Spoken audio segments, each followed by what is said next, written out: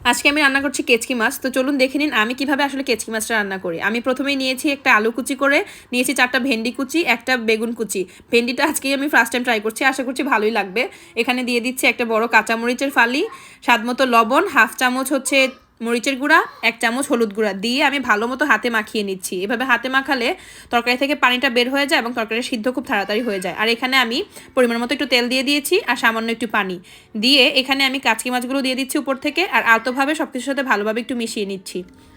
ভালোভাবে মিশানো হয়ে গেলে এখন আমি চুলায় বসিয়ে দিব। আমি এখন হাই ফ্লেমেই রান্না করছি আর ঢাকনা দিয়ে ঢেকে দিচ্ছি। 5 মিনিটের মতো আমি এখন রান্না করে নিব।